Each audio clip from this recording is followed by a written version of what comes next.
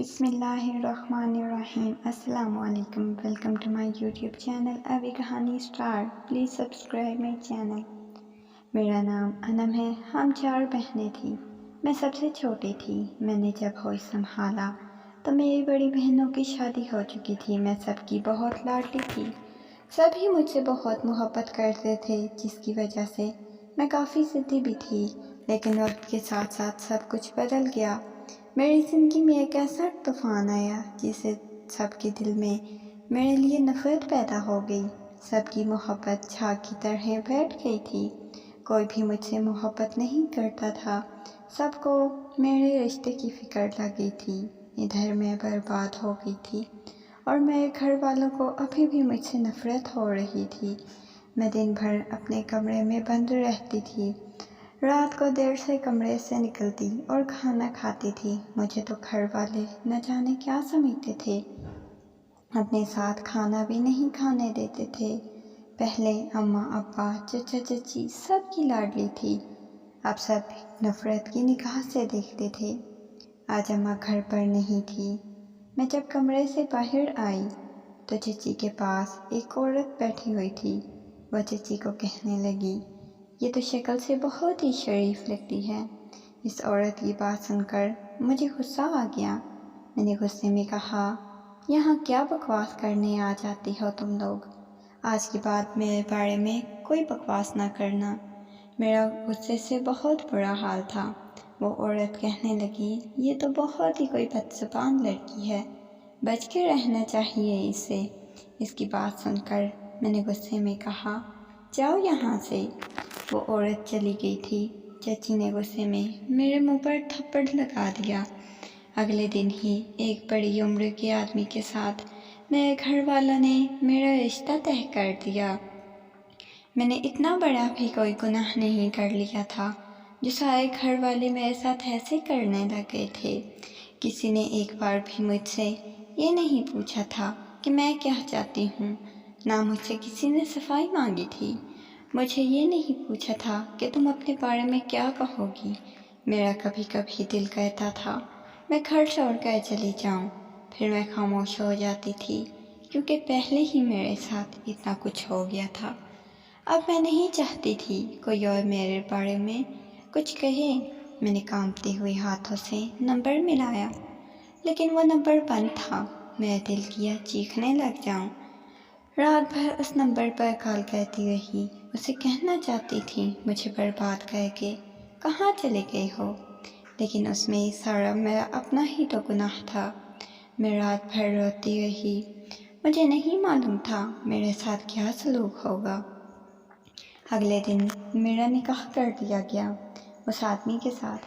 میں روتی رہی، ماں کے پاؤں بھی پکڑے تھے، لیکن انہوں نے مجھے نفرت سے دھکا دے دیا تھا، جیسے میں تو ان کی کچھ لگتی ہی نہیں تھی۔ انہوں نے تو شاید مجھے بیٹی کہنا بھی چھوڑ دیا تھا۔ میں بیاہ کر اس شخص کے ساتھ اس کے گھر آ گئی تھی۔ آتے ہی مجھے احساس ہوا تھا وہ مجھے عجیب نظر سے گھور رہا تھا۔ ابھی وہ میرے پاس ہی بیٹھا ہوا تھا، اچانک سے اس کا موبائل بجنے لگا۔ وہ مجھے دیکھتا ہوا اٹھ گیا، لیکن جب وہ دوبارہ کمرے میں داخل ہوا تو بہت غصے میں تھا۔ اس نے ایک دم سے میرا بازو پکڑا اور غصے میں کہنے لگا، نکلو میرے گھر سے۔ میں ڈر رہی تھی وہ یہ کیا کہہ رہا تھا۔ وہ مجھے کہنے لگا، مجھے تمہارے بارے میں سب کچھ معلوم ہو گیا ہے، تم جیسی عورت میں نے اپنی زندگی میں نہیں دیکھی۔ اس نے مجھے طلاق دے دی اور مجھے گھر سے نکال دیا تھا۔ میں روتی رہی، چلاتی رہی، رات کی اس پہر میں کہاں جاؤں گی۔ اس نے میری ایک نہ سنی۔ رات کے اس پہر میں سڑک پر گھر کی طرف چلتی جا رہی تھی، رو رہی تھی کہ جب گھر جاؤں گی تو نہ جانے میرے ساتھ کیا ہوگا۔ جب گھر والے دروازے کے پاس آئی تو ابا نے دروازہ کھولا۔ مجھے دیکھ کر غصے میں کہنے لگے، یہاں کیا کر رہی ہو تم؟ میں نے ڈرتے ہوئے انہیں دیکھا اور سب کچھ بتا دیا تھا۔ میری بات سن کر وہ مجھے گھورنے لگے، غصے میں نفی میں سر ہلاتے ہوئے مجھے بازو سے پکڑ کر گھر میں لائے اور کہنے لگے، خدا تم جیسی اولاد نہ دیتا مجھے۔ آج پھر انہوں نے مجھے بہت باتیں سنائی تھی۔ اس کے بعد میں زیادہ ہر جگہ بدنام ہو گئی تھی۔ نہ جانے سب مجھ سے کیا چاہتے تھے۔ میں نے روتے ہوئے کہا، اتنا بڑا گناہ تو نہیں کیا میں نے جو اتنی سزا دے رہے ہو مجھے۔ میں نے چلاتے ہوئے کہا۔ ابا نے غصے میں میرے منہ پر تھپڑ رسید کر دیا اور مجھے لا کر ایک کمرے میں بند کر دیا۔ میں رات بھر چیختی رہی تھی، لیکن میرے گھر والے ظالم بن گئے۔ انہیں میرے درد کی کوئی پرواہ ہی نہیں تھی۔ اماں بھی میرے ساتھ یہ سب کچھ کر رہی تھی۔ انہوں نے پھر سے میرے ساتھ وہی کیا۔ ایک بڑی عمر کے آدمی کے ساتھ میری دوبارہ سے شادی کر دی۔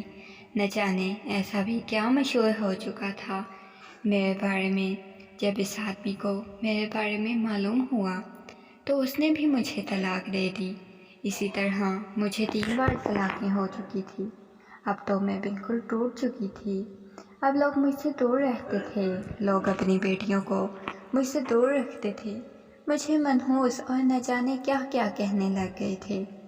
آج پھر دل کے ہاتھوں مجبور ہو کر میں نے اس نمبر پر کال کی، لیکن آج بھی وہ نمبر بند جا رہا تھا۔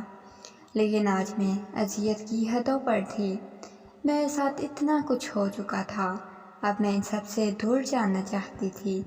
میں چاہتی تھی میرے ساتھ ایسا کچھ ہو جائے، میں ان سب اذیت سے نکل جاؤں۔ لیکن پھر سے وہی ہوا۔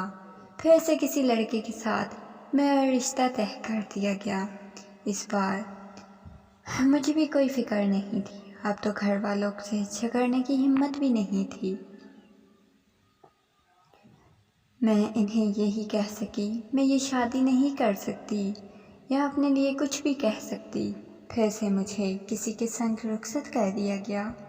ایک گناہ کو نہ جانے کتنے گناہ سمجھ کر مجھے پھر سے سولی پر لٹکا دیا گیا تھا۔ اس بار کچھ الگ تھا۔ میں ڈر رہی تھی اس کمرے میں۔ میں صحیح سمجھ کر کمرے کو دیکھا۔ میں گھونگھٹ اوڑھے بیٹھی ہوئی تھی۔ اچانک سے کوئی میرے پاس آیا۔ اس نے جب میرا گھونگھٹ اٹھایا، شاید وہ مجھے دیکھنا نہیں چاہ رہا تھا۔ میں نے جب اس کی طرف دیکھا تو میرے رونگٹے کھڑے ہو گئے۔ میں نے اسے پکارا اپنا نام سن کر۔ وہ میری طرف دیکھنے لگا۔ یہ تو میرا اپنا ہی تھا، میرا سگا، جسے میں اپنا کہہ سکتی تھی۔ باقی سب پرائے ہو گئے تھے میرے ساتھ۔ میں نے اس کے چہرے کی طرف دیکھ کر پھر سے پکارا۔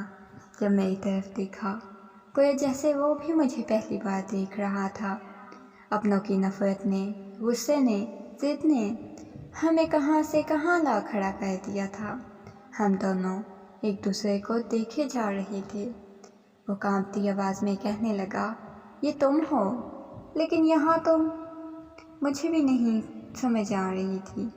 وہ میری آنکھوں کے سامنے تھا۔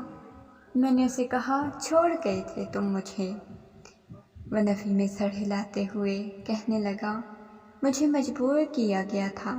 میں نے اس کی بات سن کر ہنستے ہوئے کہا، تم بھی مجبور ہو جاؤ گے؟ مجھے نہیں معلوم تھا۔ مجھے بس اتنا یاد تھا، تم مجھے مشکل وقت میں چھوڑ گئے تھے۔ جانتے ہو، سب کو معلوم ہو گیا تھا میں تم سے محبت کرتی ہوں۔ سب نے مجھے بہت غلط کہا، میری محبت کو میرا گناہ بنا دیا۔ سب نے ہی یہ کہا تھا، وہ کہاں چھوڑ گیا ہے؟ دیکھو، آج پھر قسمت نے تم سے ملا دیا۔ میں روتے ہوئے اسے کہہ رہی تھی۔ وہ مجھے کہنے لگا، میں نے گھر والوں کو بہت کہا تھا ایک بار اس لڑکی سے مل کر دیکھیں، لیکن میری بات کسی نے نہ سنی۔ مجھے گھر والوں نے دھمکیاں دی، وہ میری شادی اپنی مرضی سے کریں گے۔ باپ نے کہا، اگر کسی اور سے کرنی ہے تو میری لاش سے گزرنا پڑے گا۔ ایک بیٹا ہونے کے ناطے مجھے مجبور ہو کر خاموش کر دیا گیا، پر اندر ہی اندر مر رہا تھا میں۔ مجھے نہیں معلوم تھا، میں بے چین تھا۔ جس کے ساتھ پیار دیا گیا اس سے دور تھا۔ کبھی بھی نہ سمجھ سکا میں نے، چھوڑ گئی وہ مجھے، وہ مر گئی تھی۔ لیکن تمہارے عشق میں ڈوبا رہا۔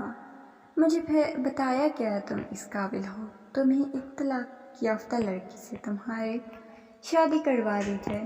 مجھے تمہارا ماضی معلوم تھا، پر یہ معلوم نہیں تھا جس آوارہ کے ساتھ مجھے پیار رہے تھے وہ میری جان ہوگی۔ وہ روتا ہوا میں آگے ہاتھ جوڑے کہنے لگا تھا۔ میں نے گہری سانس لی اور اس کے ہاتھ تھام لیے۔ قسمت نے ہمیں پھر سے ملا دیا تھا۔